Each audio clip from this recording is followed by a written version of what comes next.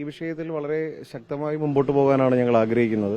നമ്മൾ പ്രതിപക്ഷത്തായിരിക്കുമ്പോൾ തന്നെ പറഞ്ഞിരുന്നു, അതിശക്തമായ നിയമ നടപടികൾ ഉണ്ടാവും. അത് UDF-ന്റെ നേതാക്കന്മാർ, കോൺഗ്രസ് പാർട്ടിയുടെ നേതാക്കന്മാർ എല്ലാവരും അത് പറഞ്ഞതാണ്, വളരെ നേരത്തെ തന്നെ പറഞ്ഞതാണ്. അത് ശക്തമായ നിയമ നടപടികളുമായി മുമ്പോട്ട് പോകും. UDF-ന്റെ മുഖ്യമന്ത്രി സത്യപ്രതിജ്ഞ ചെയ്ത ഇതിനുടൻ മണിക്കൂറുകൾക്കുള്ളിൽ തന്നെ പരാതി നൽകി അന്വേഷണം നടത്താൻ ആവശ്യപ്പെടുകയും ഉചിതമായ സമയത്ത് തക്കതായ നടപടി സ്വീകരിക്കുമെന്നുള്ളതാണ് ഈ വിഷയത്തിൽ പറയാനുള്ളത്.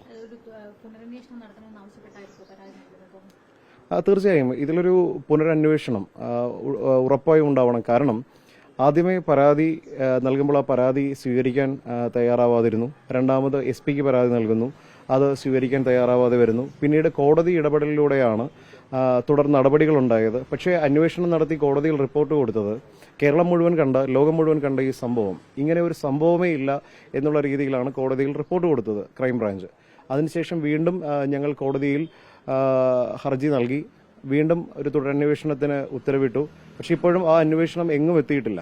പക്ഷേ ഏതാനും ദിവസങ്ങൾക്കുള്ളിൽ, ഇപ്പോൾ UDF സർക്കാർ അധികാരത്തിൽ വരികയാണ്, ഏതാനും ആഴ്ചകൾക്കുള്ളിൽ തന്നെ ആ റിപ്പോർട്ട് നൽകേണ്ടതായി വരും. അതിനുശേഷം ഉചിതമായ നടപടി ഉണ്ടാകുമെന്നുള്ളതാണ് ഞങ്ങളുടെ വിശ്വാസം.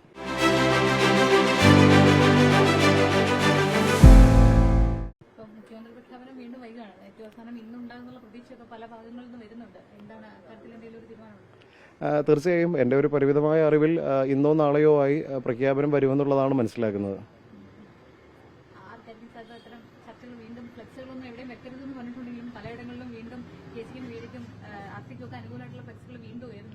അല്ല, തീർച്ചയായും ഈ കോൺഗ്രസ് പാർട്ടിയുടെ ഒരു പ്രത്യേകത നമ്മൾ ഈ ചരിത്രം പഠിച്ചാൽ തന്നെ മനസ്സിലാവും. അത് കോൺഗ്രസ് പാർട്ടി എല്ലാ കാലത്തും അങ്ങനെയാണ്. ഒരു വലിയ ജനാധിപത്യ സംവിധാനമുള്ള, അത് ബൂത്ത് തലം മുതൽ ACC വരെ ഒരു ജനാധിപത്യപരമായി എല്ലാ പ്രവർത്തകർക്കും നേതാക്കൾക്കും ഒരുപോലെ അഭിപ്രായ സ്വാതന്ത്ര്യമുള്ള ഒരു പാർട്ടിയാണ്. അപ്പോൾ അഭിപ്രായ പ്രകടനങ്ങളൊക്കെ ഉണ്ടാവും.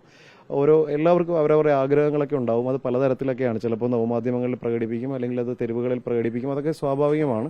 പക്ഷേ കോൺഗ്രസ് ഹൈക്കമാൻഡിന്റെ ഒരു തീരുമാനം വന്നാൽ മണിക്കൂറുകൾക്കുള്ളിൽ തന്നെ അങ്ങനെയുള്ള അഭിപ്രായ പ്രകടനങ്ങളെല്ലാം അവസാനിച്ച് ടീം UDF എന്ന രീതിയിൽ ഒറ്റക്കെട്ടായി മുമ്പോട്ട് പോകും. അത് എല്ലാ കാലത്തും UDF-ന്റെ ഒരു പാരമ്പര്യം, കോൺഗ്രസ് പാർട്ടിയുടെ ഒരു പാരമ്പര്യം അങ്ങനെയാണല്ലോ.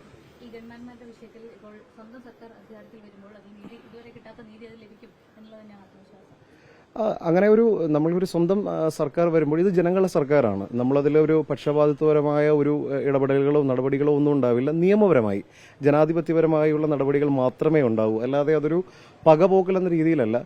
ഇവിടെ ഈ ഒരു വിഷയം നമ്മൾ കാണുന്നത് ഒരു അഭിപ്രായ സ്വാതന്ത്ര്യത്തിന് വേണ്ടിയുള്ള ഒരു പോരാട്ടം, ഒരു സമരം, അത് മുമ്പോട്ട് കൊണ്ടുപോകണമെന്നേ ഉള്ളൂ. അവരോട് വ്യക്തിപരമായുള്ള വിഷയമല്ല.